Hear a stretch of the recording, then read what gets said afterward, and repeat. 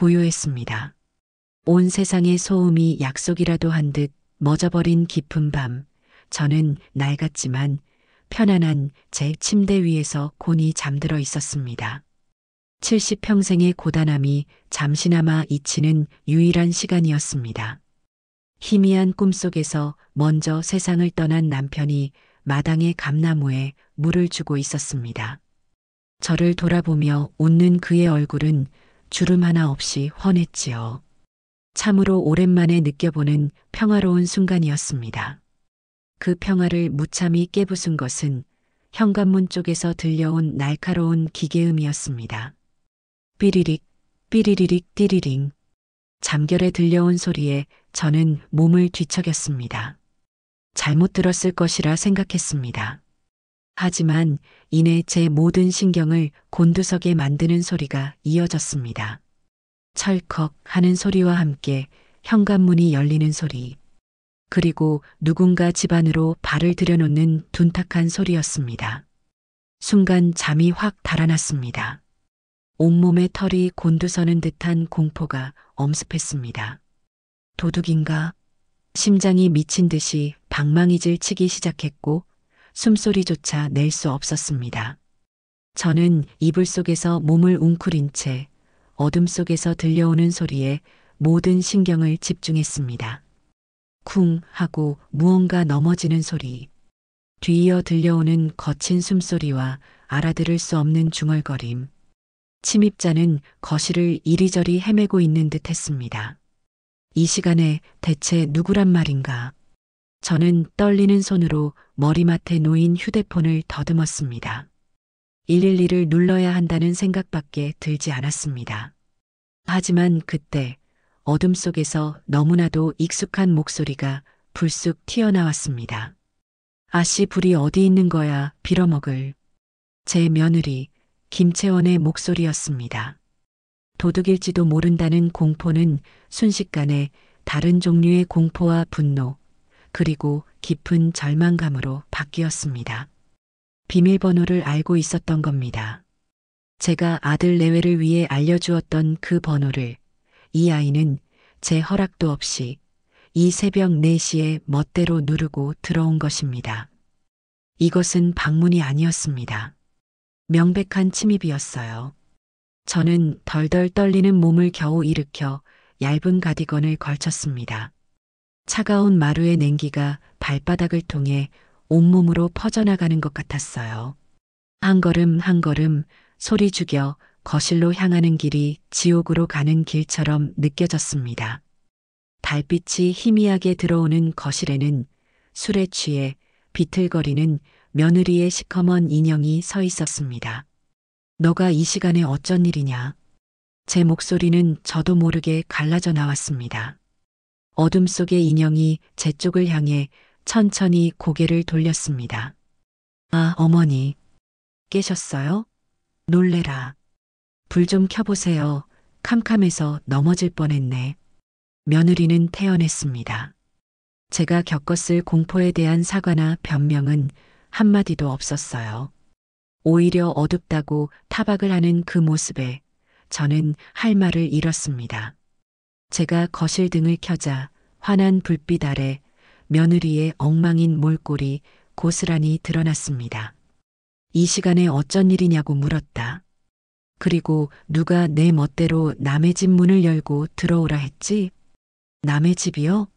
여기가 왜 남의 집이에요? 시댁이지. 그리고 비밀번호를 왜 그렇게 어렵게 바꿔놓으셨어요? 한참 헤맸잖아요.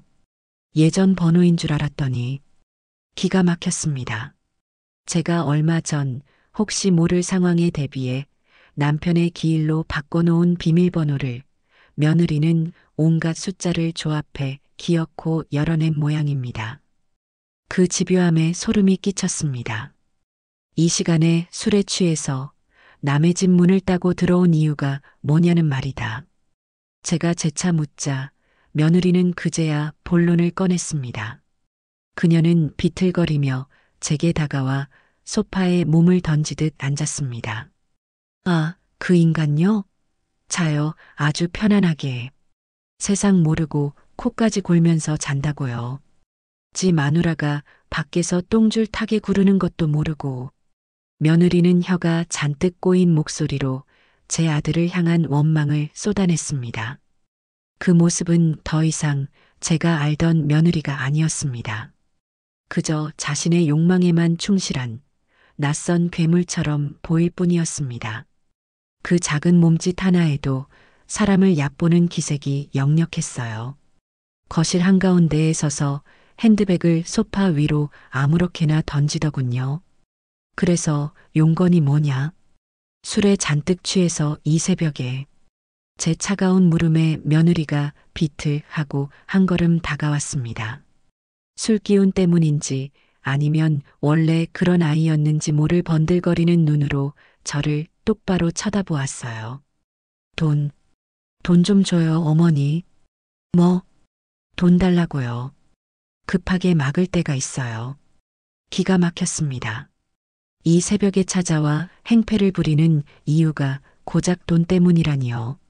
저는 돌아앉아 찬물을 한 잔 들이켰습니다.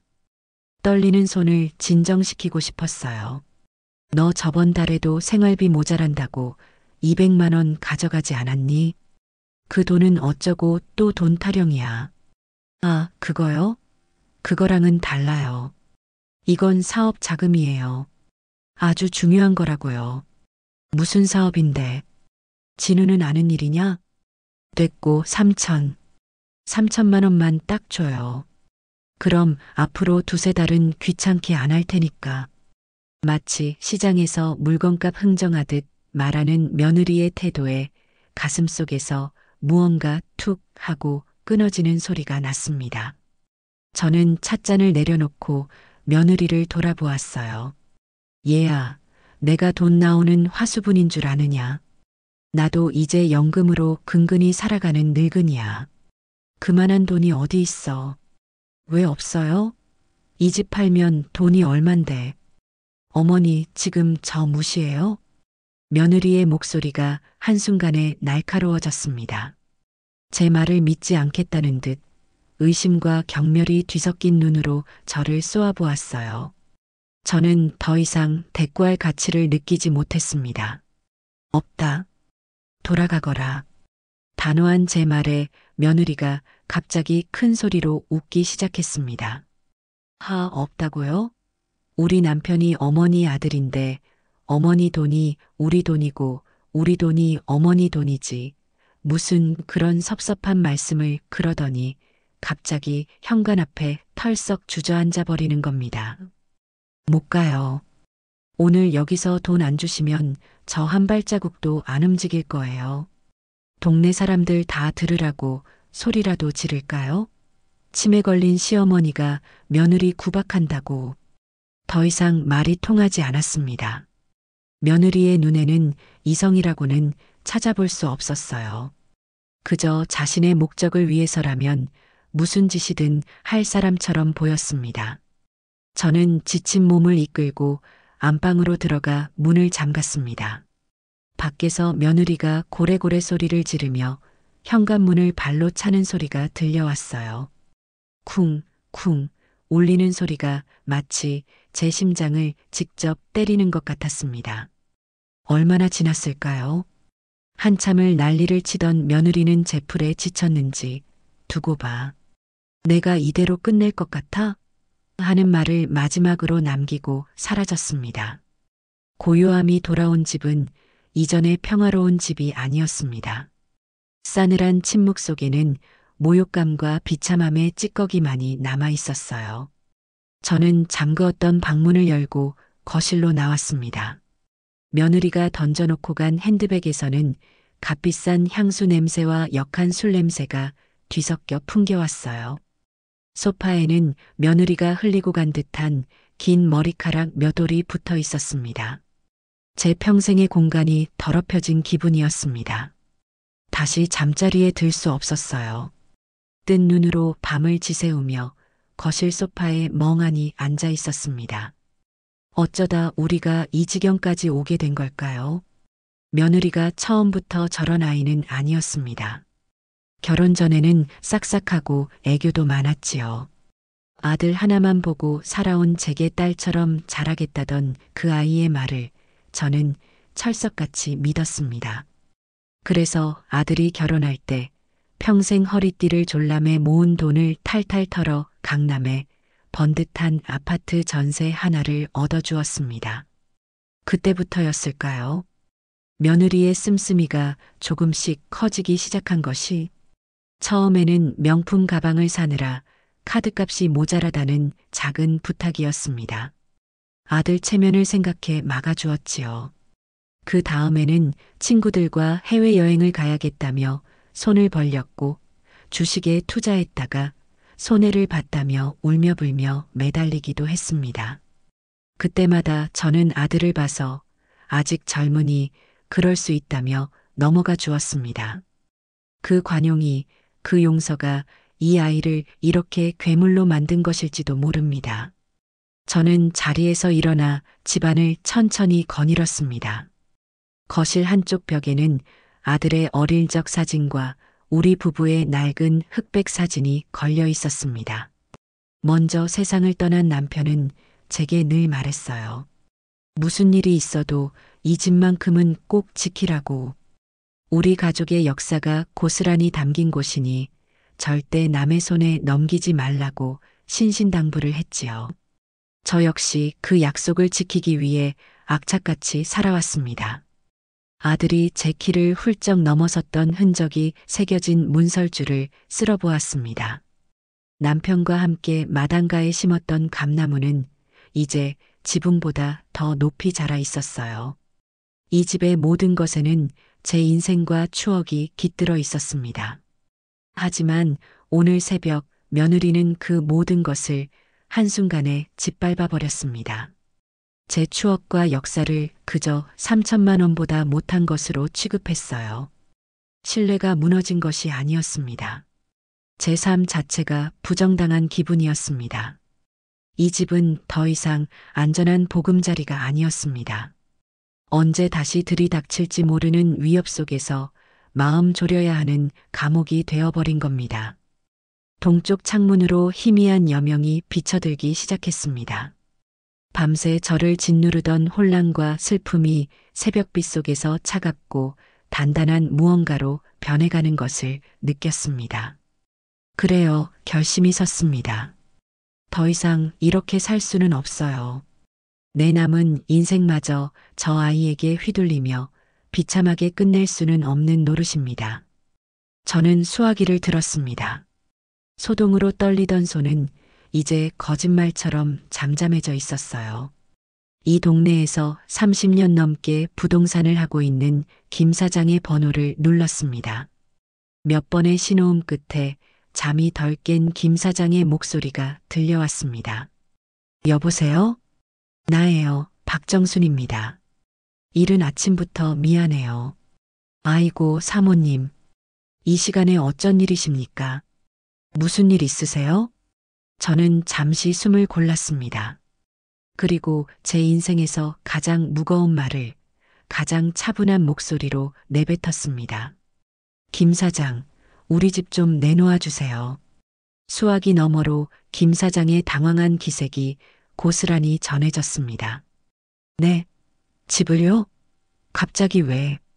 사정이 좀 생겼어요. 최대한 빨리 팔았으면 합니다. 제 단호한 어조에 김 사장도 더는 묻지 않았습니다. 저는 마지막 말을 덧붙였습니다. 그 말이 제 결심에 찍는 마지막 마침표였습니다. 네, 금매로 부탁합니다. 전화를 끊고 저는 텅 빈 거실을 둘러보았습니다. 이제 곧 남의 집이 될 공간이었습니다. 슬픔보다는 오히려 기묘한 후련함이 밀려왔어요. 평생을 지켜온 집을 제 손으로 내놓는 순간 저는 비로소 저 자신을 지키기 위한 첫걸음을 내디딘 것입니다. 그날 아침 집을 내놓겠다는 결심을 하고 나니 역설적으로 마음이 차분해졌습니다. 수십 년간 가슴을 짓누르던 묵은 체증이 한꺼번에 내려가는 듯한 기분마저 들었어요. 제 인생의 가장 큰 재산을 포기하는 순간 오히려 가장 큰 평온을 얻은 셈입니다. 하지만 그 위태로운 평온은 오래가지 못했습니다. 오전 10시가 조금 넘었을까 요란하게 울리는 전화벨 소리가 집안의 고요를 무참히 깨뜨렸습니다. 액정에 선명하게 뜬 우리 아들이라는 이름에 저는 잠시 수화기를 드는 것을 망설였습니다. 무슨 말을 해야 할까요? 아니, 무슨 말을 듣게 될까요? 저는 이미 제 마음속에서 가장 날카로운 칼을 뽑아들었습니다. 이제는 그 칼로 제 살점을 베어내는 고통을 감당해야 할 시간이었습니다. 결국 길게 한숨을 내쉬며 전화를 받았습니다. 아니나 다를까 수화기 너머에서는 제 속도 모르고 짐짓명랑한 아들의 목소리가 들려왔어요. 그 목소리는 평소보다 한 톤 높았고 어딘지 모르게 부자연스러웠습니다. 무언가를 감추려는 사람 특유의 가벼움이 묻어 있었지요. 어머니, 주무셨어요? 어젯밤에 채원이가 좀 실수를 한 모양이더라고요. 제가 얘기는 다 들었습니다. 저는 아무 말도 하지 않았습니다. 얘기라니요. 며느리의 입을 통해 걸러지고 각색된 그 이야기가 과연 진실의 몇 조각이나 담고 있을까요? 저는 그저 아들의 다음 말을 기다릴 뿐이었죠. 아들은 제 침묵에 잠시 당황한 듯 헛기침을 한 번 하더니 준비해 온 변명을 늘어놓기 시작했습니다. 걔가 요즘 새로 시작한 일 때문에 스트레스가 정말 많거든요. 아시잖아요, 어머니. 뭐 하나 시작하면 끝을 봐야 하는 성격인 거. 근데 동업하던 친구가 갑자기 배신을 하는 바람에 술도 원래 잘 못 마시는 애가 어쩌다 과음을 했는지 어머니가 너그럽게 이해 좀 해주세요. 제가 대신 사과드릴게요. 사과. 참으로 편리하고 가벼운 말이었습니다. 며느리가 제 집 비밀번호를 누르고 들어와 벌인 그 모든 소동과 모욕적인 언사가 고작 실수와 스트레스라는 단어로 덮일 수 있는 일이었을까요? 제 아들은 문제의 본질을 전혀 꿰뚫어 보지 못하고 있었습니다. 아니, 어쩌면 알면서도 외면하고 있는 것인지도 모릅니다. 그것이 자신에게 가장 편한 길이니까요. 실수라니. 무엇이 실수더냐. 제 목소리는 저도 모르게 싸늘하게 나갔습니다. 제 안에서 무언가 단단하게 얼어붙는 것이 느껴졌어요. 아들은 제 싸늘한 반응에 적잖이 당황한 듯 더듬거렸습니다. 네. 아니 그게 술김에 어머니한테 찾아가서 돈 이야기도 하고 좀 소란스럽게 굴었다고요. 제가 아침에 아주 단단히 혼내줬습니다. 어른한테 버릇없이 구는 거 아니라고요. 혼을 내. 너가 너 아내를 헛웃음이 나왔습니다. 제 아들은 그런 위인이 못 되었습니다. 아내의 날카로운 말 한마디에 쩔쩔매고 아내의 눈물 한 방울에 세상이 무너지는 듯 안절부절 못하는 위인이라는 걸 이 어미인 제가 가장 잘 알고 있었으니까요. 그저 제 기분을 풀어주기 위해 둘러대는 가증스러운 거짓말이었습니다. 진우야, 내 어머니, 내 아내의 행동은 실수가 아니었다. 그 아이의 본성이 드러난 것뿐이야. 그리고 그건 더 이상 내 아내와 나 둘만의 문제도 아니다. 그게 무슨 말씀이세요, 어머니? 채원이가 또 무슨 잘못을. 어제부로 이 어미와 내 아내의 인연은 끝났다. 그러니 앞으로는 내 아내 단속이나 잘하거라. 다시는 내 앞에 나타나지 않게. 내 말 알아들었으면 2번 다시 이 일로 전화하지 마라. 저는 그 말만 남기고 전화를 끊어버렸습니다. 아들의 당황한 목소리가 수화기 너머에서 희미하게 들려오는 듯 했지만 저는 미련 없이 통화 종료 버튼을 눌렀습니다. 더 이상 아들의 변명을 듣고 있을 기력이 없었어요. 아들에 대한 실망감이 분노를 넘어 깊은 서글픔으로 다가왔습니다. 평생을 자식 하나만 바라보고 살았는데 그 자식은 정작 제 어미의 찢기는 가슴은 헤아리지 못하고 자신의 안위만을 위해 거짓말을 둘러대고 있었습니다. 오후가 되자 복덕방 김 사장이 무거운 얼굴로 찾아왔습니다. 그는 현관에 들어서자마자 제 얼굴부터 살피더군요. 사모님, 안색이 정말 안 좋으십니다. 어젯밤에 잠은 주무셨어요? 제가 사모님을 뵌 지가 30년입니다. 무슨 큰일 아니면 새벽부터 그런 전화를 하실 분이 아니잖습니까? 괜찮네. 어서 앉게나. 저는 김 사장을 소파에 앉히고 냉수를 한 잔 내어주었습니다. 김 사장은 이 집의 역사를 누구보다 잘 아는 사람이었습니다. 남편과 제가 맨손으로 시작해 이 집터를 사고 벽돌 한 장 한 장을 우리 손으로 골라가며 집을 올렸던 과정을 모두 지켜본 유일한 사람이었으니까요. 혹시 자제분들하고 무슨 일이 있으셨던 겁니까? 제가 괜히 아는 척하는 게 아니라 사모님 얼굴에 수심이 가득해서 그럽니다. 이건 그냥 집을 파는 사람의 얼굴이 아니에요. 김 사장의 진심 어린 물음에 저는 그저 씁쓸하게 웃어 보였습니다. 구구절절 설명하고 싶지 않았어요. 제 치부를 드러내는 것만 같아 부끄러웠고 자식의 허물을 남에게 고하는 것이 내키지 않았습니다. 사람 사는 게 다 그렇지. 이제는 나도 좀 편하게 살고 싶어서 그러네. 이 큰 집을 혼자 건사하는 것도 이제는 힘에 부치고 밤이 되면 무섭기도 하고. 제가 둘러댄 변명에 김 사장은 더는 캐묻지 않았습니다. 그저 무거운 표정으로 고개를 끄덕일 뿐이었죠. 하지만 그의 눈빛은 사모님, 무슨 일이든 힘내십시오라고 말하는 듯 했습니다. 잠시 후 그는 약속이라도 한 듯 첫집 구경꾼들을 데리고 다시 나타났습니다. 아이를 둘이나 데리고 온 젊은 부부였어요. 부부는 집 안으로 들어서자마자 거침없이 이곳저곳을 둘러보기 시작했습니다. 그들의 눈에는 이 집에 깃든 세월의 온기나 이야기에 대한 존중 따위는 없었습니다. 오직 얼마를 들여 어떻게 뜯어 고칠 것인가에 대한 계산만이 번뜩이고 있었어요. 여보, 거실이 넓어서 좋긴 한데 이런 체리색 몰딩은 요즘 누가 써요? 전부 화이트로 싹 뜯어내야지. 비용이 꽤 들겠는데? 주방도 완전히 뜯어 고쳐야 할 것 같아.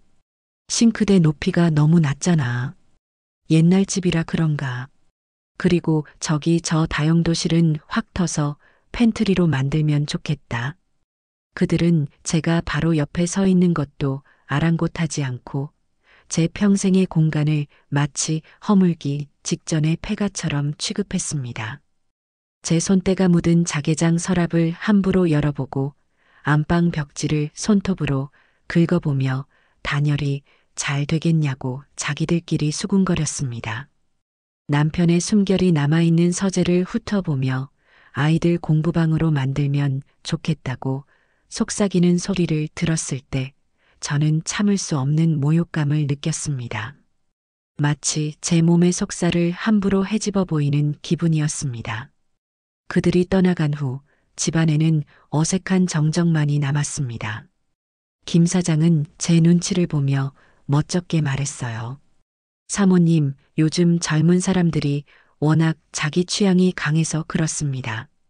너무 마음에 담아두지 마세요. 이 집의 가치를 아는 좋은 주인이 꼭 나타날 겁니다. 하지만 저는 알고 있었습니다. 이 집의 진짜 가치는 저와 제 남편, 우리 가족만이 아는 것이라는 걸요. 그 가치는 돈으로 환산할 수 없는 것이기에 결국 누구에게 팔더라도 헐값에 넘기는 것과 다름없다는 사실을요. 저 젊은 부부에게 이 집은 그저 낡고 수리비 많이 들 오래된 주택일 뿐이었습니다. 그날 밤 저는 장롱 깊숙한 곳에 넣어두었던 낡은 앨범을 꺼내 들었습니다. 먼지를 털어내고 첫 장을 넘기자 잿빛 하늘 아래에서 환하게 웃고 있는 젊은 시절의 남편과 제 모습이 보였습니다. 갓 완공된 이 집을 배경으로 찍은 사진이었지요. 남편의 손은 흙투성이었고 제 몸빼 바지에도 페인트 자국이 얼룩덜룩 묻어 있었습니다. 사진 속 남편이 제게 말을 거는 것 같았어요. 정순아, 우리가 해냈다. 이제 이 집에서 우리 아이들하고 오순도순 행복하게 살 일만 남았어. 눈물이 핑 돌았습니다. 여보, 미안해요. 내가 이 집을 지키지 못할 것 같아요. 저는 사진을 가슴에 품고 한참을 소리내어 울었습니다. 남편과의 약속을 어긴다는 죄책감이 심장을 짓눌렀어요. 하지만 동시에 이런 생각도 들었습니다. 만약 당신이 살아있었다면 며느리의 그 행패를 보고도 가만히 있었을까? 나더러 참고 살라고만 했을까? 아닐 겁니다. 당신은 누구보다 불의를 참지 못하는 사람이었으니까요. 아마 저보다 먼저 벼락 같은 불호령을 내렸을 겁니다. 이 집은 우리가 평생을 바쳐 이룬 성이야. 누구도 함부로 더럽힐 수 없어. 그래요. 이건 남편과의 약속을 어기는 게 아닙니다. 오히려 이 집의 영혼을 지키기 위한 마지막 선택인 셈이에요. 더럽혀진 껍데기를 내어주고 이 집이 간직한 소중한 추억과 가치를 지켜내는 것. 그렇게라도 생각해야 제가 살 수 있을 것 같았습니다. 눈물을 닦고 앨범을 덮었습니다. 더 이상 흔들리지 않기로 마음먹었습니다. 이 강을 건너면 다시는 돌아오지 않으리라.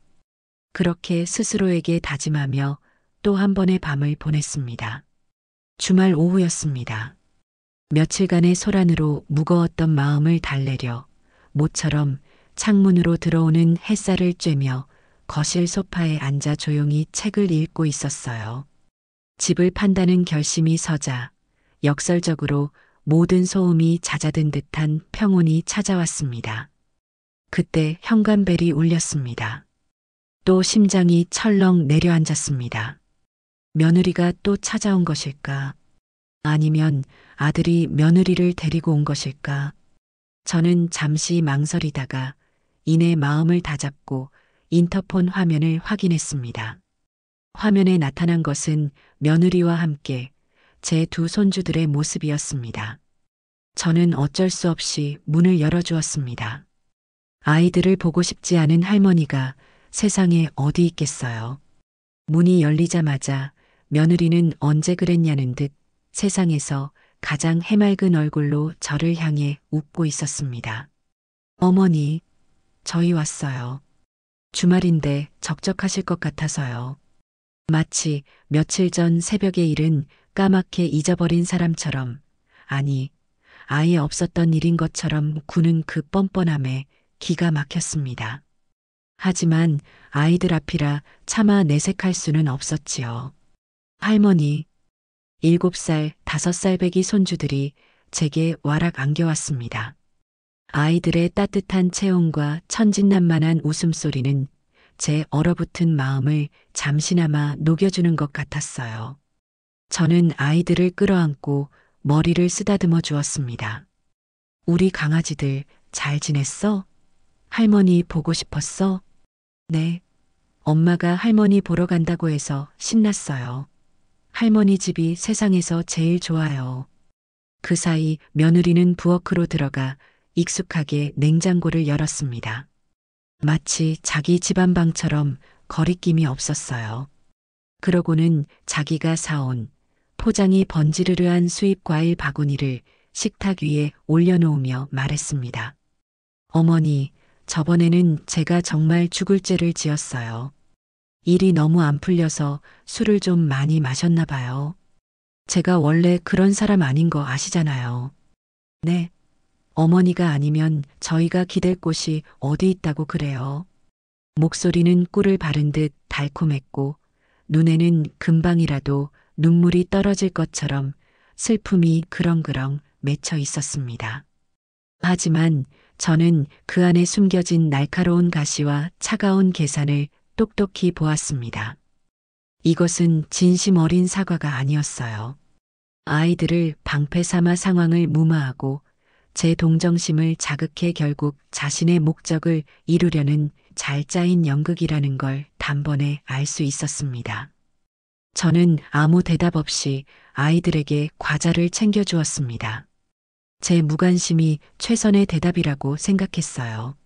할머니, 이 집 진짜 넓어요. 저쪽 방은 제 방 할래요. 동생은 저쪽 방 쓰라고 하고요. 손주가 제 손을 끌며 집안을 뛰어다녔습니다. 그 모습을 흐뭇하게 바라보던 며느리의 눈이 식탁 위에 무심코 놓여있던 누런 서류 봉투에 멈추었습니다. 제가 오전에 김 사장에게서 받아온 부동산 매매 계약서였습니다. 일부러 치워두지 않았어요. 이것이야말로 며느리의 가면을 벗길 가장 확실한 방법이라고 생각했기 때문입니다. 며느리는 천천히 식탁으로 다가갔습니다. 아이에게 향해 있던 상냥한 미소는 온데간 없이 사라지고 의심과 경계심으로 가득 찬 싸늘한 표정으로 서류 봉투를 집어들었습니다. 봉투 겉면에 찍힌 5호 부동산이라는 큼지막한 글자를 확인한 며느리의 얼굴이 돌처럼 딱딱하게 굳어갔어요. 이게 뭐예요, 어머니?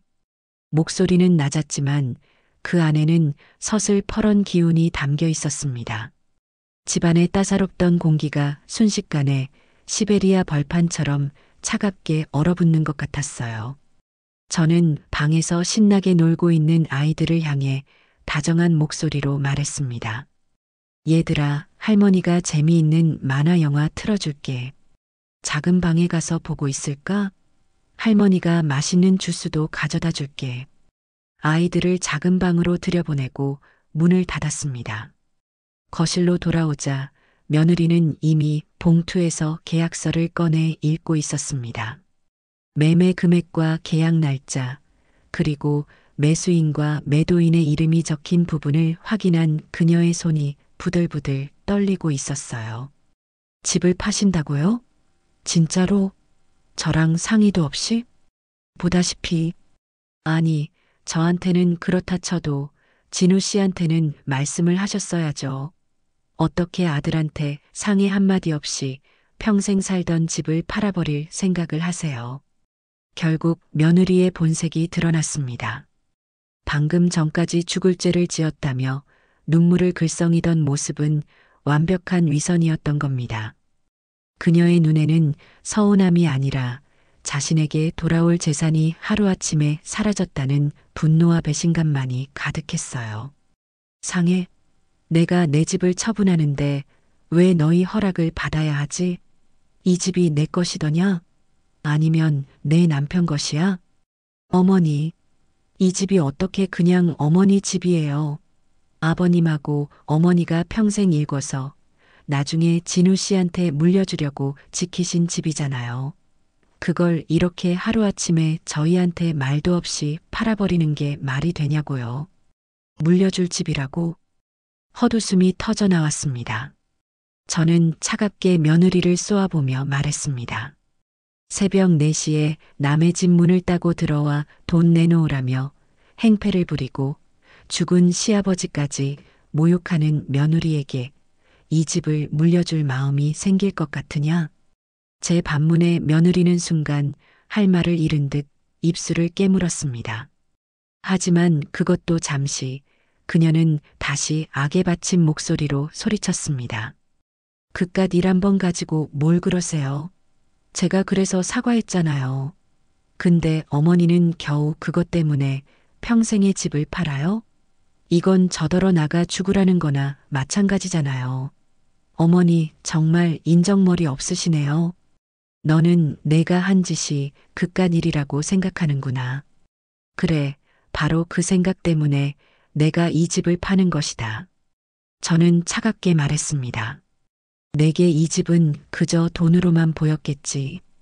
힘들 때마다 찾아와서 돈을 빼갈 수 있는 든든한 금고 정도로 생각했을 거야. 하지만 나에게 이 집은 내 남편의 땀이고 내 젊음이고 내 인생 그 자체다. 내가 함부로 더럽힐 수 있는 곳이 아니란 말이다. 제 말에 며느리는 더 이상 대꾸하지 못했습니다. 그저 분에 못 이겨 씩씩거리며 저를 잡아먹을 듯이 노려볼 뿐이었어요. 저는 작은 방 문을 열고 아이들을 불렀습니다. 이제 엄마랑 집에 가야지. 며느리는 저를 향해 증오가 가득한 눈빛을 쏘아보더니 아이들의 손을 거칠게 잡아 끌고 현관으로 향했습니다. 문이 닫히기 직전 저를 향해 던진 그녀의 마지막 한마디가 제 가슴에 비수처럼 박혔습니다. 후회하게 될 거예요, 어머니. 반드시 제가 그렇게 만들 거니까 두고 보세요. 쾅 하고 문이 닫혔습니다. 저는 한동안 그 자리에 못 박힌 듯 서 있었습니다. 후회라. 어쩌면 정말 후회하게 될지도 모르지요. 하지만 저런 며느리와 한 지붕 아래 살아가야 할 미래를 감당하는 것보다는 집을 잃고 홀로 남겨지는 쪽이 덜 후회스러울 것이라고 저는 확신했습니다. 그날 저녁 태풍은 결국 집의 중심을 향해 몰아쳤습니다. 며느리에게서 모든 이야기를 전해 들은 아들이 일이 끝나자마자 헐레벌떡 집으로 달려왔어요. 초인종을 누를 겨를도 없이 쿵쾅거리는 소리와 함께 현관문을 열고 들어서는 아들의 얼굴은 하얗게 질려 있었습니다. 어머니, 아들은 거실에 들어서자마자 제 앞에 털썩 무릎을 꿇었습니다. 난생 처음 보는 아들의 모습에 저는 가슴이 쿵 하고 내려앉았어요. 사내 자식이 40이 넘은 내 아들이 어미 앞에서 무릎을 꿇는다는 것이 어떤 의미인지 저는 잘 알고 있었습니다. 그것은 마지막 호소이자 가장 비굴한 형태의 애원이었습니다. 어머니, 제가 다 잘못했습니다. 채원이도 저도 다 잘못했어요. 제발 집 파는 것만은 걷어주세요. 네, 제가 어머니한테 정말 잘할게요. 채원이도 다시는 그런 일 없도록 제가 단단히 잡겠습니다. 제발요, 어머니. 아들의 눈에서는 굵은 눈물방울이 뚝뚝 떨어지고 있었습니다. 자식의 눈물 앞에서 무너지지 않을 부모가 세상에 어디 있을까요? 제 마음도 갈대처럼 심하게 흔들렸습니다. 저렇게까지 비는 아들을 보니 내가 너무 매정하게 구는 것은 아닌가, 내가 이 아이를 벼랑 끝으로 내모는 것은 아닌가 하는 죄책감이 들었습니다. 하지만 저는 고개를 저었습니다. 여기서 마음이 약해지면 모든 것이 원점으로 돌아갈 뿐이라는 걸 너무나도 잘 알고 있었기 때문입니다. 오늘 무릎을 꿇고 용서를 빌면 내일은 다시 며느리의 등살에 못 이겨 저를 찾아올 겁니다. 이 지긋지긋한 굴레를 끊어내기 위해서는 독해져야만 했습니다. 일어나거라. 사내 자식이 이게 무슨 꼴이냐? 어머니, 제가 일어나면 계약 없던 걸로 해주시겠어요? 네. 김 사장님한테 전화 한 통만 해주세요. 제가 뭐든지 다 할게요. 어미한테 무릎 꿇어서 해결될 일이 아니다. 이건 너와 내가 아니라 내 가정을 바로 세워야 해결될 문제야. 제가 바로 세울게요. 정말이에요, 어머니. 채원이 버릇도 제가 이번에는 진짜로 고쳐놓고 다시는 어머니 속 썩이는 일 없게 할게요. 저 한 번만 더 믿어주세요. 제발요. 아들의 애원은 절절했습니다. 하지만 저는 아들의 약속을 믿을 수 없었어요. 지금까지 몇 번이나 같은 다짐을 들어왔던가요? 하지만 변한 것은 아무것도 없었습니다. 아들은 아내를 감당할 능력이 없었고 앞으로도 그럴 겁니다. 아들의 약속은 그저 이 위기를 모면하기 위한 공허한 메아리에 불과했습니다. 진우야, 내가 정말 이 어미를 생각한다면 더 이상 나를 붙잡지 말거라. 이제는 나도 좀 쉬고 싶다. 너희 부부 문제에 더는 휘말리지 않고 내 남은 생이라도 조용히 살고 싶어. 이 어미의 마지막 소원이다. 제 단호한 말에 아들은 결국 고개를 숙였습니다. 어깨를 들썩이며 한참을 흐느끼던 아들은 더 이상 저를 설득할 수 없다는 것을 깨달았는지 힘없이 자리에서 일어났습니다. 어머니는 결국 저희를 버리시는군요. 아들이 남긴 마지막 말은 비수보다 더 아프게 제 심장을 찔렀습니다. 버리는 것이 아니었습니다. 살기 위해 떠나는 것이었어요. 하지만 아들은 끝내 이해하지 못했습니다. 죄송합니다, 어머니. 그 한마디를 남기고 아들은 도망치듯 집을 나섰습니다. 휑한 거실에 홀로 남자, 저 역시 다리에 힘이 풀려 주저앉고 말았습니다. 아들의 눈물을 외면한 어미의 마음이라고 편할 리가 없었지요. 가슴 한구석이 도련해지는 듯 아팠습니다. 하지만 이것이 저와 제 아들 모두를 위한 최선의 길이라고 그렇게 믿을 수밖에 없었습니다. 아들이 다녀간 후 저는 밤늦도록 잠을 이루지 못하고 낡은 책상 앞에 앉았습니다. 슬픔에만 잠겨 있을 수는 없었어요. 당장 제가 살아갈 새로운 거처를 알아봐야 했습니다. 컴퓨터를 켜고 부동산 사이트에 접속했습니다. 화면 가득히 떠오르는 수많은 매물 정보들이 낯설기만 했어요. 역세권 신축 오피스텔, 풀옵션, 즉시 입주 가능, 조용한 주택가, 채광 좋은 빌라 2층, 리모델링 완료. 수십 년간 살아온 이 넓은 주택과는 비교도 할 수 없이 작고 초라한 공간들이었습니다. 사진으로만 봐도 답답함이 느껴졌어요. 마당도 없고 볕도 잘 들지 않을 것 같은 집들. 내가 과연 저런 곳에서 살아갈 수 있을까? 두려움이 엄습했습니다. 하지만 동시에 낯선 설렘이 피어오르기도 했습니다. 누구의 방해도 받지 않을 나만의 공간. 며느리가 비밀번호를 누르고 함부로 들어올 수 없는 곳. 새벽의 벨소리에 더 이상 놀라지 않아도 되는 곳. 그건 분명 지금의 삶보다 나은 삶일 겁니다. 저는 그 중에서도 가장 마음에 드는 몇 군데의 연락처를 수첩에 적어 내려갔습니다. 밤이 깊어갈수록 두려움은 조금씩 가라앉고 새로운 삶에 대한 막연한 기대가 그 자리를 채워갔습니다. 이것은 도망이 아니라 새로운 시작을 위한 준비 과정이라고 스스로를 다독였습니다. 다음 날 아침 제 결심을 더욱 굳히는 일이 생겼습니다. 아침 식사를 막 마쳤을 때 김 사장에게서 전화가 온 겁니다. 사모님, 좋은 소식입니다. 어제 다녀가셨던 젊은 부부 기억나시죠? 그분들이 집이 아주 마음에 든다고 오늘 바로 계약을 하고 싶다고 연락이 왔습니다. 그래요? 네. 가격도 사모님이 원하시는 대로 최대한 맞춰드리겠다고 합니다. 어떻게 할까요? 제가 계약금부터 받아서 바로 보내드릴까요? 모든 것이 너무나 빠르게 진행되고 있었습니다. 마치 등 뒤에서 보이지 않는 거대한 힘이 저를 떠미는 것 같았어요.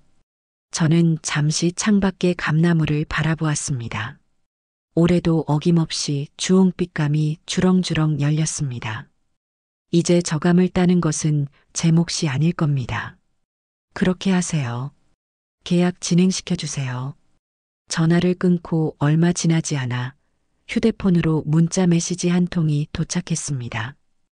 은행에서 온 알림 문자였어요. 계약금이었습니다.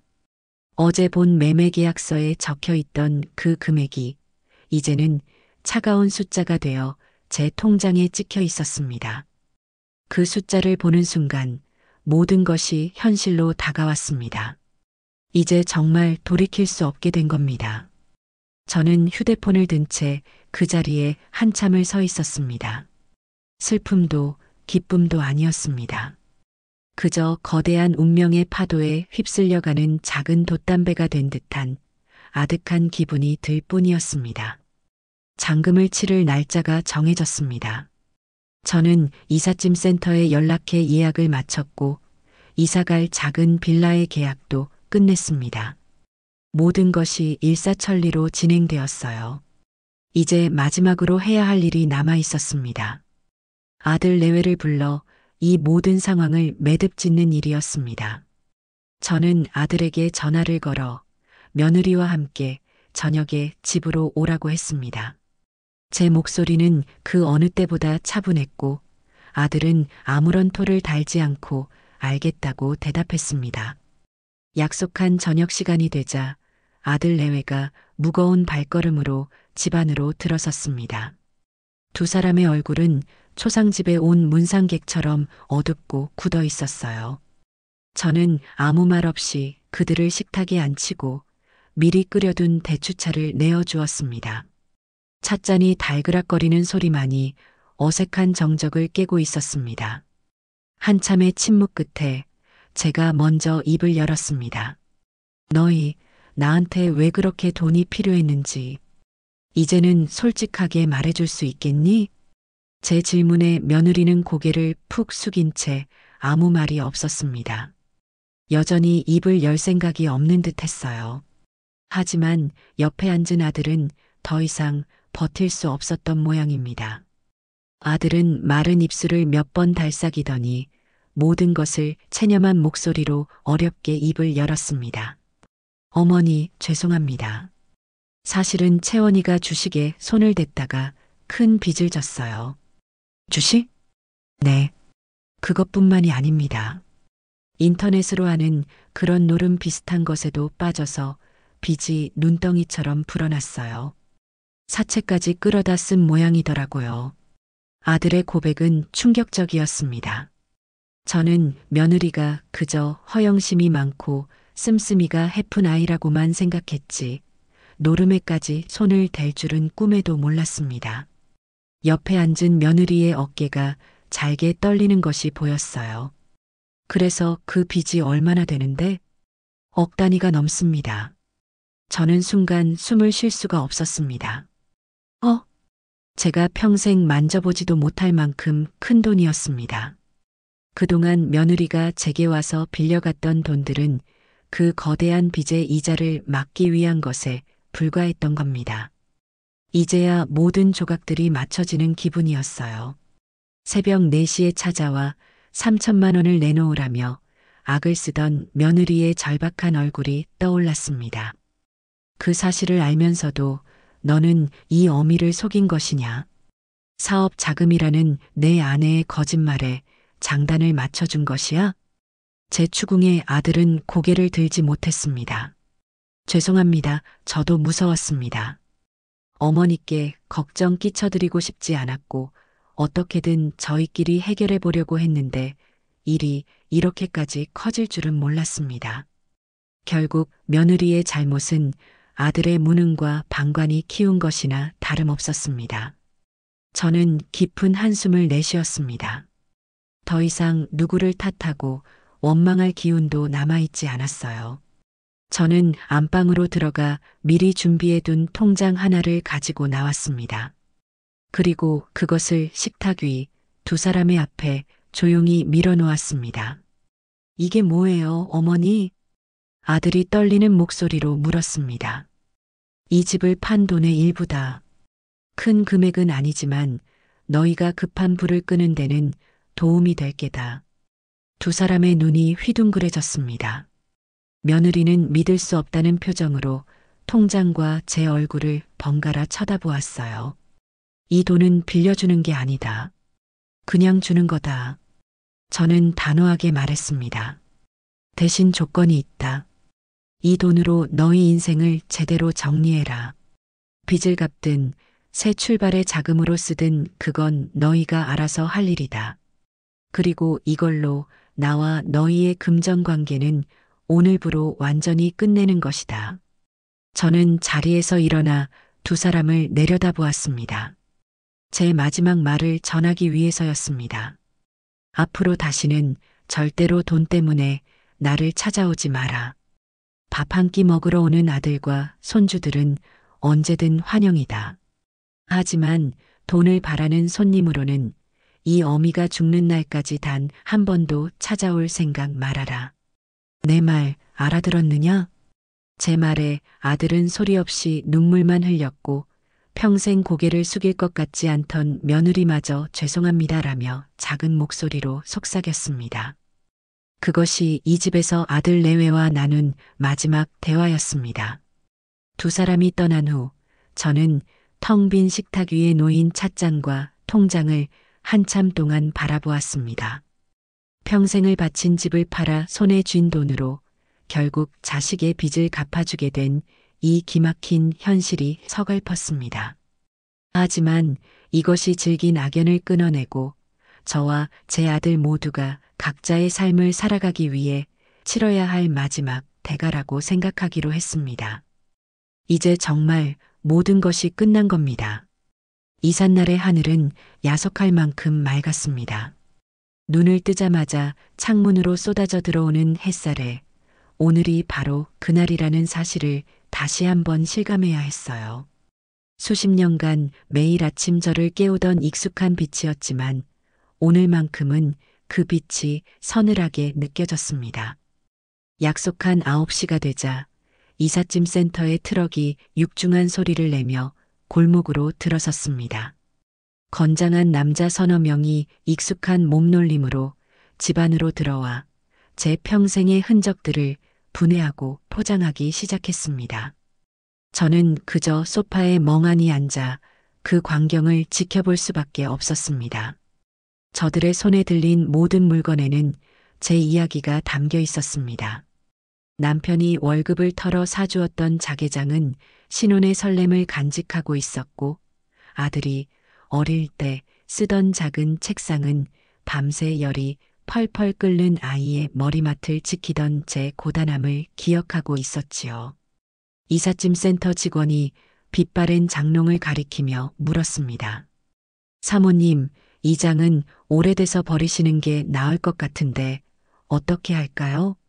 순간 울컥하고 뜨거운 것이 목구멍으로 치밀어 올랐습니다. 버리라니요. 저 장롱은 남편이 땀 흘려 번 돈으로 제게 처음 사준 가구였습니다. 문짝이 잘 맞지 않아 삐걱거릴 때마다 남편이 직접 대패질을 해서 고쳐주곤 했지요. 그 사람의 손때와 체온이 아직도 남아있는 듯한 물건이었습니다. 아니요. 가져갈 겁니다.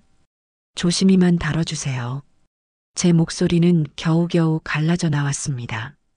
직원은 제 고집을 이해할 수 없다는 표정을 지었지만 군말 없이 장롱을 두꺼운 담요로 감싸기 시작했습니다. 저는 차마 그 모습을 끝까지 지켜볼 수가 없어 고개를 돌리고 말았습니다. 물건을 버리는 것은 곧 추억을 버리는 것과 같았습니다. 그릇이며 냄비, 낡은 가전제품, 해진 옷가지들이 마당 한쪽에 쓰레기처럼 쌓여갈수록 제 인생의 한 부분이 뜯겨나가는 듯한 통증이 느껴졌습니다. 가장 힘들었던 것은 앨범을 정리하는 순간이었습니다. 아이의 100일 사진, 첫돌 사진, 초등학교 입학식 날의 긴장된 얼굴 한 장 한 장 넘길 때마다 가슴이 미어졌어요. 이 모든 것을 새로운 집에 가져갈 수는 없었습니다. 그곳은 이 추억들을 품기에는 너무나 비좁은 공간이었으니까요. 저는 결국 가장 소중한 몇 권만을 남기고 나머지는 상자에 담아 창고 깊숙한 곳에 넣어달라고 부탁했습니다. 언젠가 다시 꺼내볼 날이 올까요? 오후가 되자 집은 텅 비어버렸습니다.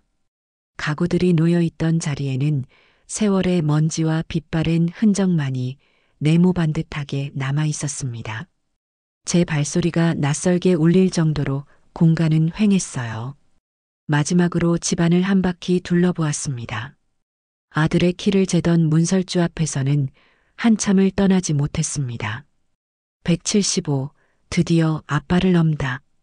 남편이 흐뭇하게 웃으며 적어놓았던 글씨가 아직도 선명했어요. 그 아래로 제 손자들의 키를 재었던 작은 낙서들도 보였습니다. 이 집의 기둥과 벽들은 우리 가족의 행복한 역사를 전부 기억하고 있었습니다. 이제는 안녕. 저는 텅 빈 집을 향해 마지막 인사를 건넸습니다. 대답 없는 메아리가 가슴을 쳤습니다. 현관문을 닫고 돌아서는 순간 저는 이 집의 주인이 아니라 남의 집을 훔쳐보고 나온 사람처럼 초라해졌습니다. 이삿짐 트럭 조수석에 앉아 낯선 동네로 향하는 길은 멀고도 험하게 느껴졌습니다. 수십 년간 익숙했던 풍경들이 차창 밖으로 빠르게 스쳐 지나갔어요. 단골 정육점, 아들과 함께 자주 가던 헌책방, 남편과 나란히 걷던 산책로. 그 모든 것이 이제는 저와 상관없는 과거의 풍경이 되어버렸습니다. 새로운 보금자리는 지은 지 얼마 안 된 5층짜리 빌라의 2층이었습니다. 엘리베이터도 없는 낡은 건물이었지요. 좁은 계단을 올라 현관문 앞에 서자 아직 페인트 냄새가 채 가시지 않은 철문이 저를 맞았습니다. 김 사장에게 미리 받아둔 열쇠로 문을 열고 들어선 순간 숨이 턱 막혀왔습니다. 거실이라고 부르기에도 민망할 만큼 좁은 공간, 베란다도 없는 작은 창문, 한 사람이 겨우 누울 만한 방 2개. 그곳이 제 남은 생을 보낼 새로운 집이었습니다. 곧이어 이삿짐 센터 직원들이 땀을 뻘뻘 흘리며 제 짐들을 옮기기 시작했습니다. 그나마 간신히 가져온 낡은 자개장과 몇 가지 가구들은 이 작고 반듯한 공간 안에서 유난히 촌스럽고 거대해 보였습니다. 마치 제 처지를 대변하는 것 같아 부끄러운 마음이 들었어요. 짐 정리가 끝나고 직원들이 돌아가자 집안에는 지독한 고요함만이 남았습니다. 저는 가장 먼저 현관 디지털 도어록의 비밀번호를 바꾸었습니다. 그 누구도 알지 못하는 저만이 아는 번호로요. 남편의 기일 4자리를 누르고 확인 버튼을 누르는 순간 비로소 이곳이 온전한 제 공간이라는 작은 안도감이 들었습니다. 아주 작지만 누구도 함부로 침범할 수 없는 저만의 성이 생긴 겁니다. 하지만 안도감도 잠시, 낯선 공간이 주는 불안감과 외로움이 파도처럼 밀려왔습니다. 창밖으로는 옆 건물의 회색 벽만이 보일 뿐 제가 사랑했던 마당의 감나무도 지저귀던 새들도 없었습니다. 박스를 풀 엄두도 내지 못한 채 저는 구석에 놓인 의자에 앉아 멍하니 창밖만 바라보았습니다.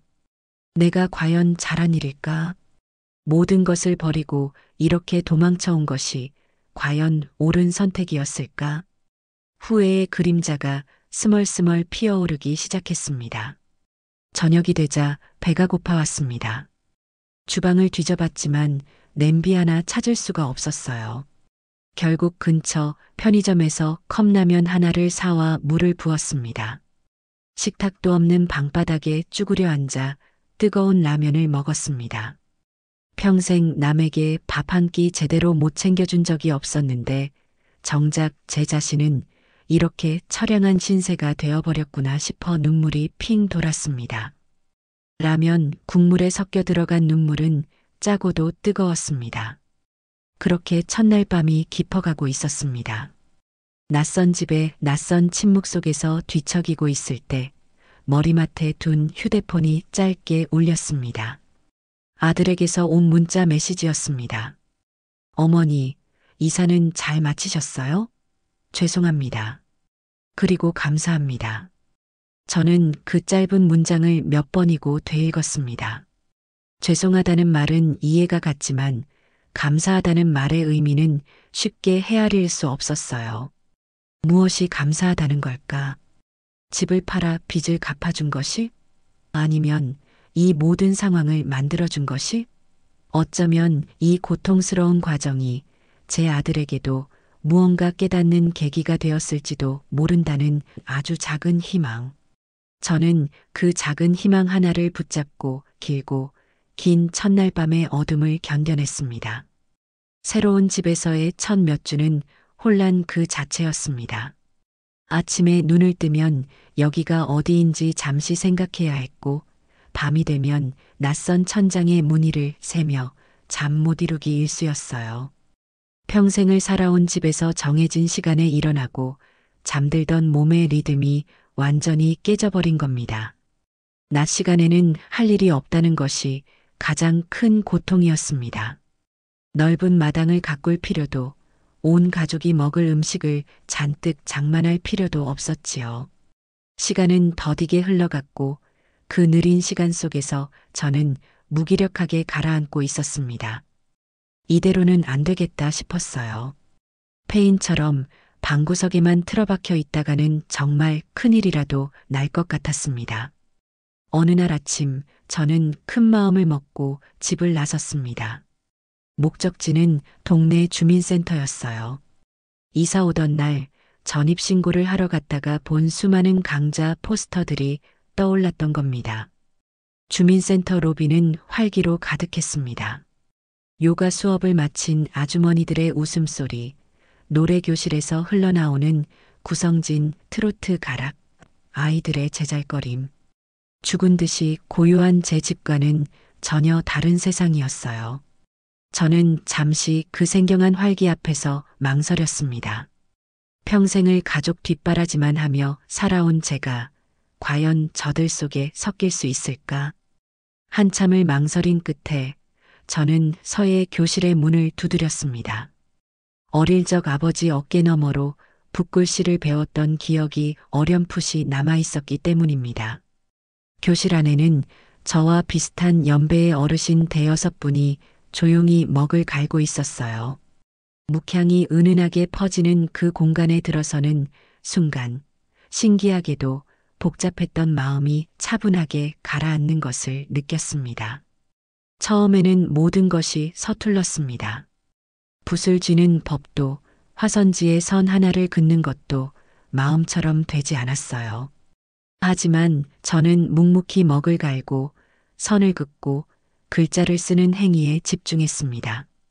아무런 생각 없이 오로지 붓끝에만 정신을 집중하는 동안 저를 짓누르던 과거의 상처와 미래에 대한 불안이 잠시나마 잊혔습니다. 그것은 제게 아주 새로운 형태의 위로였어요. 두어 달이 지났을까 제 삶에도 작은 변화들이 생기기 시작했습니다. 서예 교실에 꾸준히 나가면서 말동무가 생겼습니다. 저보다 5살 위인 김 여사님이었는데 남편과 사별하고 자식들을 모두 출가시킨 뒤 혼자 살고 있는 분이었습니다. 우리는 처지가 비슷해서인지 금방 친해질 수 있었어요. 수업이 끝나면 함께 근처 시장에 들러 장을 보기도 하고 따뜻한 칼국수 한 그릇을 나눠 먹으며 서로의 시시콜콜한 신세 한탄을 들어주기도 했습니다. 박 여사, 오늘 쓴 글씨 봤어? 아주 힘이 넘치더라. 회계 기백이 있어, 기백이. 김 여사님은 늘 제게 칭찬을 아끼지 않았습니다. 서예 선생님도 제가 재능이 있다며 붓을 잡는 자세나 정신을 집중하는 힘이 남다르다고 격려해 주셨어요. 평생을 누구의 아내, 누구의 엄마로만 살아왔던 제게 박정순이라는 이름 석자로 받는 칭찬은 낯설었지만 무척이나 기분 좋은 경험이었습니다. 잊고 있던 자존감이라는 것이 조금씩 되살아나는 기분이었습니다. 어느 날 선생님께서 연말에 있을 작은 전시회에 제 작품을 내보는 것이 어떻겠냐고 조심스럽게 제안하셨습니다. 손사래를 치며 당치도 않다고 했지만 선생님과 김 여사님은 저를 계속해서 설득했어요. 박 여사 실력이면 충분하고도 남아. 이건 그냥 우리끼리 즐기는 작은 축제 같은 거야. 부담 갖지 마. 저는 그날 밤 집에 돌아와 늦게까지 잠을 이루지 못했습니다. 내 이름 석자가 적힌 작품이 어딘가에 걸린다는 상상만으로도 가슴이 두근거렸어요. 며느리에게 모욕을 당하고 자식에게 실망하고 평생의 집을 등지고 도망치듯 떠나온 초라한 늙은이가 아니었습니다. 저도 무언가를 해낼 수 있는 사람이라는 사실을 제 자신에게 증명해 보이고 싶어졌습니다. 그렇게 새로운 목표가 생기자 제 일상은 더욱 활기로 채워졌습니다. 주민센터에서의 시간 외에도 저는 혼자서 도서관에 가고 오래된 영화를 상영해주는 극장에도 찾아갔습니다. 오롯이 저 자신만을 위한 시간을 보내는 법을 조금씩 배워가고 있었어요. 그러던 중 아들에게서 변화가 감지된 것도 그 무렵이었습니다. 아들은 일주일에 한 번꼴로 제가 사는 빌라를 찾아왔습니다. 처음에는 어색하게 현관문 앞에 반창거리만 놓고 가더니 어느 날부터인가는 집 안으로 들어와 말없이 고장난 형광등을 갈아주거나 무거운 쌀자루를 옮겨주곤 했습니다. 돈 이야기는 일절 꺼내지 않았습니다. 그저 묵묵히 제 주변을 맴돌며 제가 필요할 만한 도움을 주고는 쑥스럽게 머리를 긁적이며 돌아갔습니다. 어느 날은 아들이 무심코 던진 말에 저는 그간의 변화를 짐작할 수 있었습니다. 채원이 요즘 상담받으러 다녀요. 저도 밤에 대리운전 시작했고요. 아직 한참 멀었지만 어떻게든 갚아나가야죠. 아들은 제 눈치를 살피며 말했습니다. 저는 아무런 대꾸도 하지 않았어요. 그저 말없이 사과 한쪽을 깎아 아들의 손에 쥐어주었습니다. 잘했다는 칭찬도 안 됐다는 동정도 하지 않았습니다. 그건 이제 온전히 제 아들이 감당해야 할 삶의 무게였으니까요. 하지만 어딘지 모르게 지쳐 보이면서도 예전처럼 위축되거나 불안해 보이지 않는 아들의 뒷모습을 보며 제 가혹했던 결단이 아주 틀린 것만은 아니었을지도 모른다는 생각을 처음으로 하게 되었습니다. 봄이 지나고 여름이 다가오고 있었습니다. 새로운 동네와 새로운 일상에 제법 익숙해졌지만 마음 한구석에는 여전히 그늘진 곳이 남아 있었습니다. 바로 손주들에 대한 그리움이었습니다. 아들 내외에 대한 감정과는 별개로 아무것도 모르는 아이들의 얼굴이 눈에 밟혀 잠을 설치는 날이 많았어요. 그러던 어버이날을 며칠 앞둔 날이었습니다. 우편함에 꽂혀 있는 삐뚤빼뚤한 글씨의 편지 한 통을 발견했습니다. 발신인에는 손주의 이름이 적혀 있었지요. 가슴이 쿵 하고 내려앉았습니다. 저는 떨리는 손으로 편지를 열어보았습니다. 안에는 색연필로 그린 카네이션 그림과 함께 아이의 서툰 글씨가 가득했습니다. 사랑하는 할머니께. 할머니, 보고 싶어요. 많이 많이 보고 싶어요. 요즘 엄마랑 아빠가 맨날 싸워요. 무서워요. 할머니 옛날 집에 살 때가 좋았어요. 마당에서 뛰어놀고 싶어요. 제가 말 잘 들을 테니까 할머니 우리 집에 다시 오면 안 돼요? 사랑해요 할머니. 손주 올림. 편지를 다 읽기도 전에 눈물이 쏟아져 내렸습니다. 어른들의 잘못이 아이들에게 얼마나 큰 상처를 남겼는지 그 작은 편지 한 장에 고스란히 담겨 있었습니다. 미안함과 죄책감에 가슴이 미어졌어요. 제가 선택한 평화가 아이들의 평화를 빼앗은 것은 아닌지 스스로를 자책하게 되었습니다. 저는 그날 밤 손주에게 줄 선물을 잔뜩 사서 아들 편에 보냈습니다. 그리고 편지 말미에 이렇게 적었어요. 할머니는 우리 강아지들을 세상에서 제일 사랑한단다. 언제든지 할머니 보고 싶으면 전화하렴.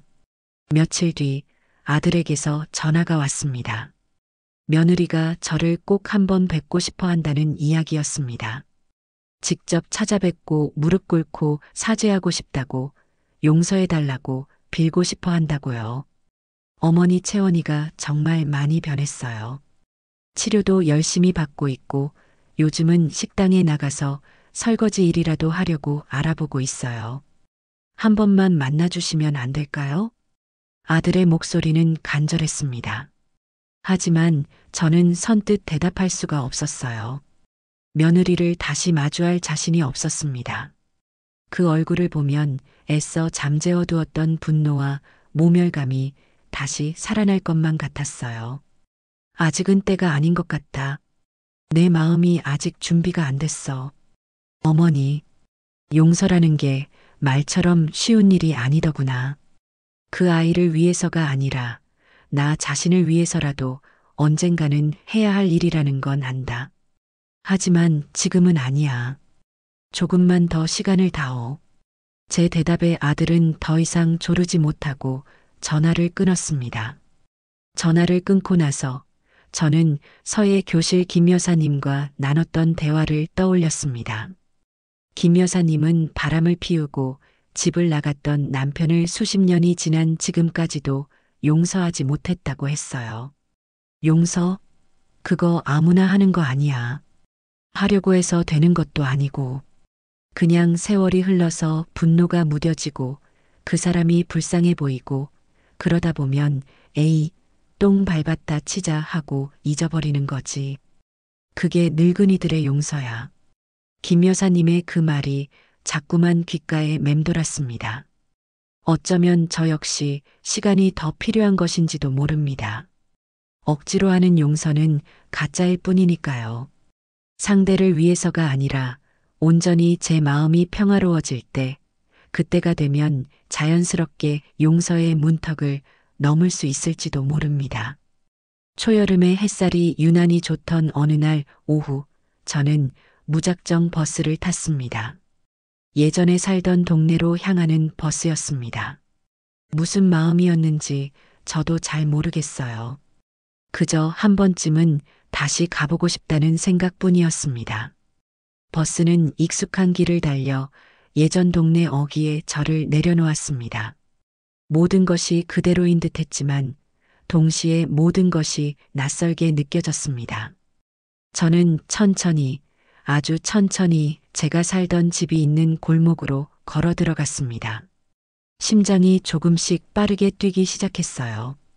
골목 모퉁이를 돌자 익숙한 대문을 가진 집이 눈에 들어왔습니다. 바로 제 옛집이었습니다. 하지만 그 집은 더 이상 제 집이 아니었어요. 낡고 색이 바랬던 대문은 산뜻한 초록색으로 칠해져 있었고 마당에는 제가 심었던 감나무 대신 작은 미끄럼틀과 아이의 세발 자전거가 놓여 있었습니다. 창문 너머로는 행복한 웃음소리가 희미하게 들려왔습니다.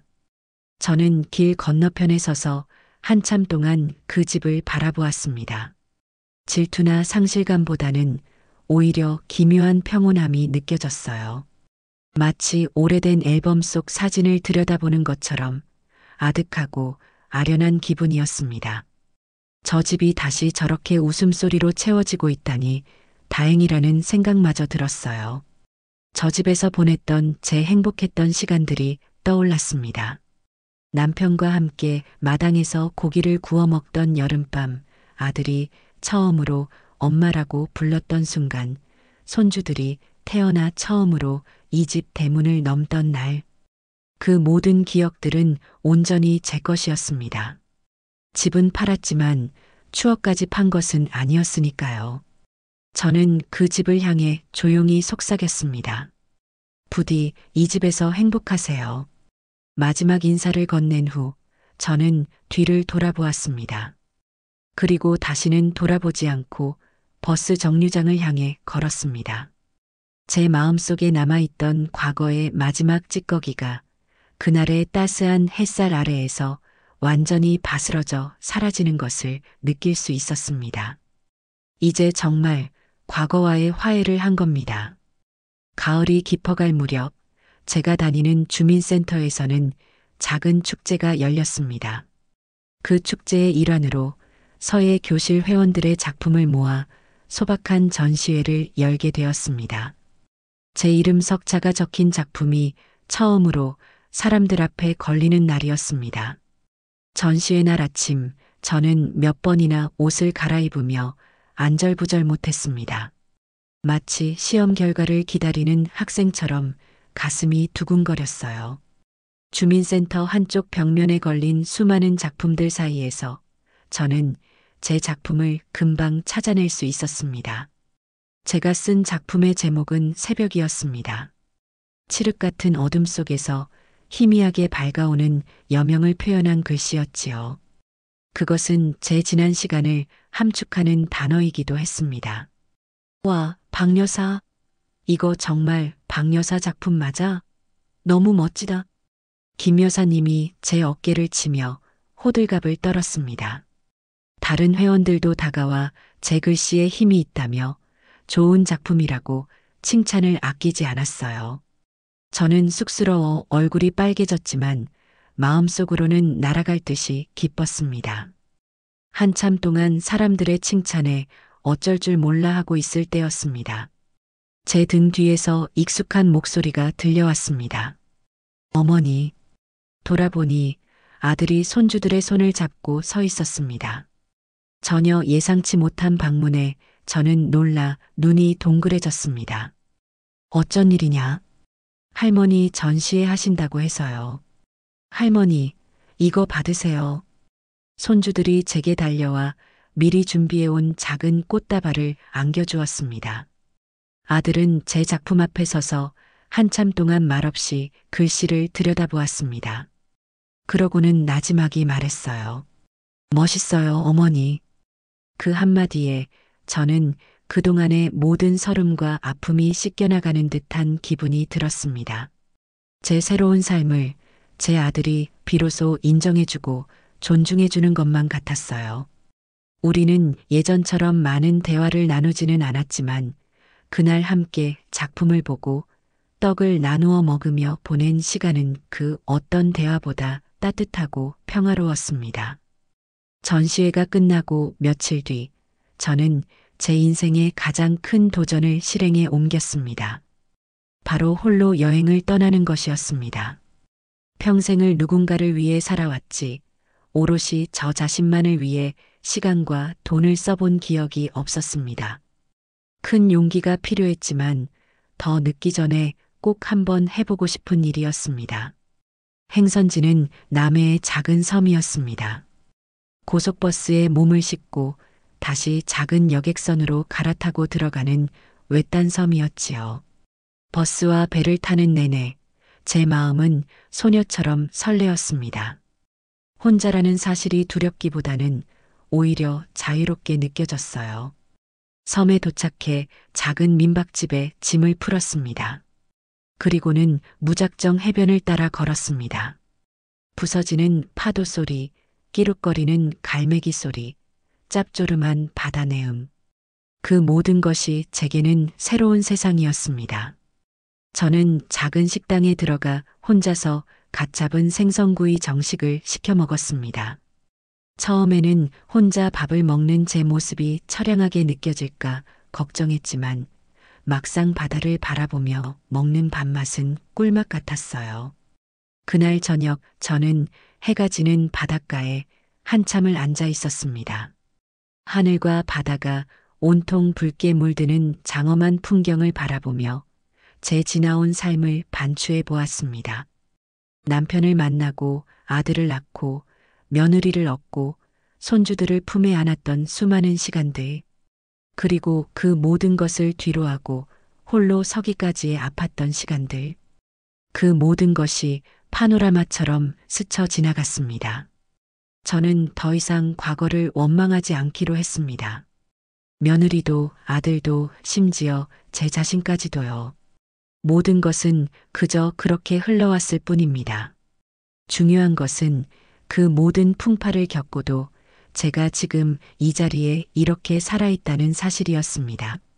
스스로의 힘으로 이곳까지 와서 제 눈으로 이 아름다운 석양을 보고 있다는 사실이 무엇보다 소중하게 느껴졌습니다. 저는 비로소 진정한 자유와 평화를 얻은 겁니다. 여행에서 돌아온 후 저는 처음으로 아들과 손주들을 제가 사는 집으로 초대했습니다. 예전처럼 진수성찬을 차릴 수는 없었지만 제 작은 부엌에서 정성껏 저녁 식사를 준비했습니다. 할머니 집은 작지만 되게 깨끗해요. 손주들은 낯선 공간을 신기해하면서도 금방 적응했습니다. 우리는 좁은 식탁에 둘러앉아 함께 밥을 먹었습니다. 예전처럼 시끄럽고 북적이는 식사는 아니었어요. 조금은 서먹하고 조심스러운 분위기였지만 그 안에는 서로를 배려하는 따뜻함이 있었습니다. 아들은 며느리의 안부를 묻지 않는 저를 위해 먼저 며느리 이야기를 꺼내지 않았습니다. 우리는 그저 아이들의 학교 생활 이야기, 제서의 교실 이야기 같은 소소한 대화만을 나누었습니다. 식사가 끝나고 아들과 손주들이 돌아간 뒤 저는 깨끗하게 비워진 그릇들을 정리하며 조용히 미소 지었습니다. 비록 많은 것을 잃었지만 저는 새로운 형태의 가족관계를 만들어 나가고 있었습니다. 그것은 상처 위에 조심스럽게 쌓아 올린 작지만 단단한 희망의 탑이었습니다. 시간은 흐르는 물과 같다는 말을 실감하는 요즘입니다. 낯선 빌라의 뻑뻑한 현관문을 열고 들어선 지 어느덧 1년이라는 세월이 흘렀습니다.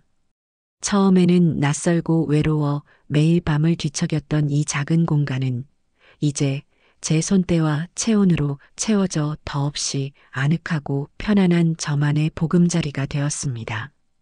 제가 이 집으로 이사 온 지 정확히 1년이 되던 날이었습니다. 별다른 의미를 두지는 않았지만 창가에 놓인 작은 달력을 보며 벌써 그렇게 됐구나 하고 무심코 생각하던 참이었어요. 오후가 되자 아들이 작은 케이크 상자를 들고 찾아왔습니다. 어머니, 오늘인 것 같아서요. 아들은 쑥스러운 듯 말하며 케이크를 식탁 위에 올려놓았습니다. 제가 이곳으로 온 날을 기억하고 있었던 겁니다. 예상치 못한 아들의 행동에 저는 잠시 놀랐지만 이내 따뜻한 미소를 지어 보였습니다. 우리는 좁은 식탁에 마주 앉아 촛불도 없이 케이크를 잘라 나누어 먹었습니다. 예전처럼 불편한 침묵이 흐르지 않았어요. 그저 잔잔한 미소와 편안한 눈빛이 오고 갈 뿐이었습니다. 케이크를 거의 다 먹어갈 무렵 아들이 조심스럽게 입을 열었습니다. 어머니, 채원이 얼마 전부터 동네 작은 식당에 나가서 일 시작했어요. 주방 보조로요. 저는 말없이 고개를 끄덕이며 아들의 다음 말을 기다렸습니다. 아직 따로 살고는 있지만 주말마다 아이들은 만나고 있어요. 자기가 망가뜨린 거 자기 힘으로 하나씩 책임지겠다고 하더군요. 상담 치료도 아주 성실하게 받고 있고요. 아들의 목소리는 담담했습니다. 그 안에는 아내에 대한 원망도 저에 대한 죄송함도 아닌 그저 현실을 있는 그대로 받아들이는 성숙함이 묻어 있었어요. 저는 찻잔을 들어 한 모금 마신 뒤 말했습니다. 그래, 잘 됐구나. 그 아이도 이제라도 자기 인생을 찾아야지. 아이들을 위해서라도, 그 아이 자신을 위해서라도 그게 옳은 길이다. 제 대답에 아들은 오히려 놀란 눈치였습니다. 제가 분노하거나 냉소적인 반응을 보일 것이라 예상했던 모양이에요. 제 평온한 얼굴을 한참 바라보던 아들은 이내 결심한 듯 깊은 이야기를 꺼내놓기 시작했습니다. 그것은 제가 1년 만에 처음 듣는 아들의 진정한 고백이었습니다. 솔직히 말씀드리면 어머니가 처음 집을 파셨을 때 마음속으로 어머니를 원망했습니다. 어떻게 저희한테 이렇게까지 하시나 너무 매정하신 거 아닌가 하고요. 하지만 어머니, 만약 그때 어머니가 그렇게 단호하게 끊어내지 않으셨다면 저희 부부는 아마 바닥까지 갔을 겁니다. 아니요, 그 바닥마저 뚫고 지옥까지 떨어졌을지도 몰라요. 아무도 저희를 멈출 수 없었을 테니까요. 아들의 목소리가 가늘게 떨리고 있었습니다. 제가 못난 아들이었습니다. 제 가정을 바로 세울 용기도 없으면서 아내의 잘못을 덮어주기에만 급급했습니다. 그러면서 어머니의 재산을 당연한 저희의 안전장치처럼 여겼어요. 어머니의 고통과 외로움은 한 번도 제대로 들여다보지 못했습니다. 어머니가 평생을 바친 그 집을 저희는 권리인 줄로만 알았습니다. 정말 죄송합니다. 아들은 깊이 고개를 숙였습니다. 저는 자리에서 일어나 아들의 어깨에 가만히 손을 얹었습니다. 마주 잡은 아들의 손은 예전보다 훨씬 거칠어져 있었어요. 밤낮으로 땀 흘려 일한 흔적이었습니다. 이제라도 알았으니 됐다. 사람은 누구나 실수를 하고 넘어지기도 하는 법이야. 중요한 건 다시 일어나서 걷는 거지. 너는 지금 내 힘으로 다시 일어서고 있는 게야. 그러니 더는 죄스러워하지 말거라. 제 말에 아들은 끝내 눈물을 보이고 말았습니다. 하지만 그 눈물은 예전처럼 유약하고 자기 연민에 가득 찬 눈물이 아니었습니다. 과거의 자신과 온전히 작별하고 새로운 삶을 살아갈 힘을 얻는 자의 뜨거운 눈물이었지요. 그날 저는 비로소 제 아들이 한 사람의 어른으로 온전히 독립했음을 느낄 수 있었습니다. 며칠 뒤 저는 서예 교실 김 여사님과 함께 백화점에 갔습니다. 곧 있을 손주들의 생일 선물을 고르기 위해서였어요. 장난감 코너에서 한참을 서성이다 아이들이 좋아할 만한 로봇과 인형을 하나씩 골라 계산을 마쳤습니다. 김 여사님과 함께 1층 식품관으로 내려가 저녁거리를 사고 있을 때였습니다. 왁자지껄한 사람들 틈에서 제 눈에 익숙한 인형 하나가 들어왔습니다. 저 멀리 채소 코너 앞에서 쪼그려 앉아 콩나물을 고르고 있는 여자.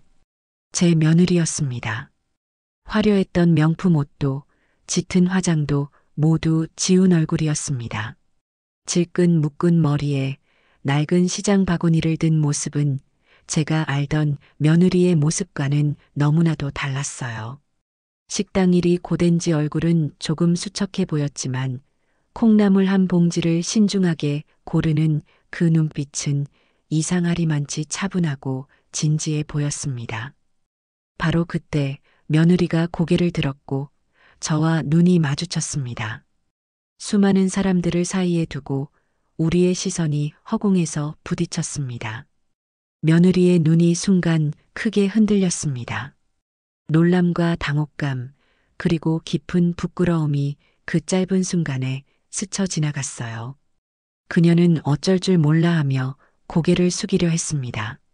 저는 그저 가만히 서서 며느리를 바라보았습니다.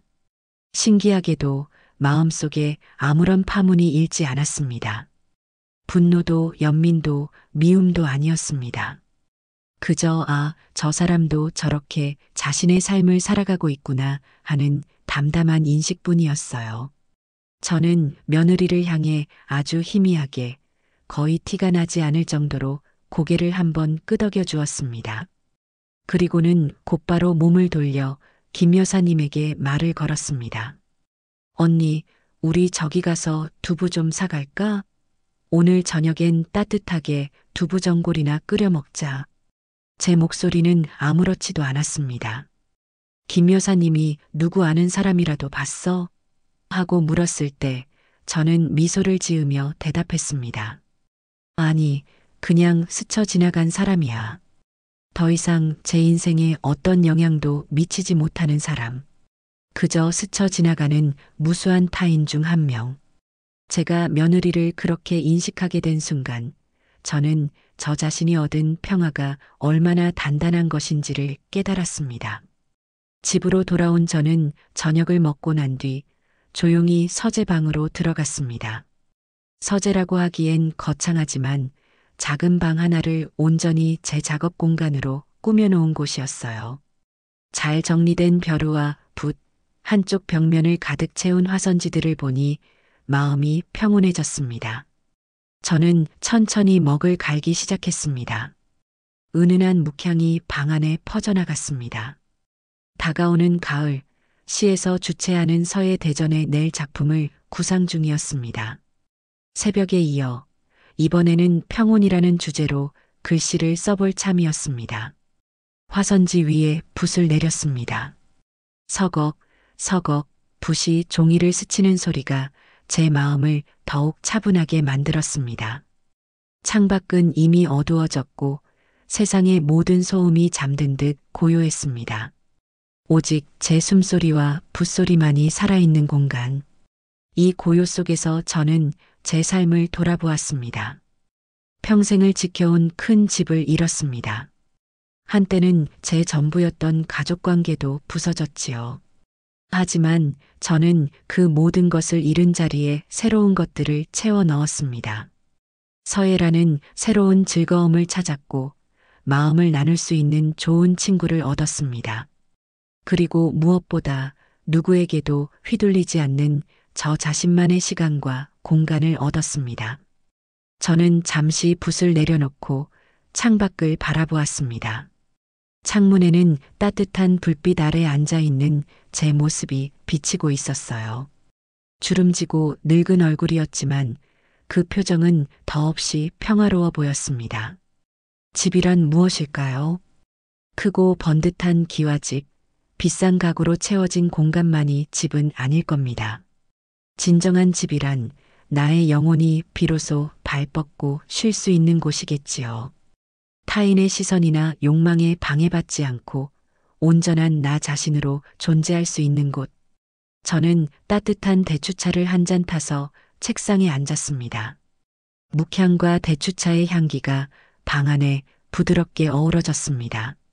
벽에는 손주들이 그려준 그림과 제 첫 작품 새벽이 나란히 걸려 있었습니다. 이 작고 소박한 공간이야말로 제가 평생을 찾아 헤맨 진정한 저의 집이었습니다. 더 이상 새벽의 벨소리를 두려워하지 않아도 되는 고요하고 완전한 평화. 저는 그 평화 속에서 다시 한번 붓을 들었습니다. 제 남은 생은 바로 이 묵향과 삶의 향기 속에서 고요히 깊어갈 겁니다.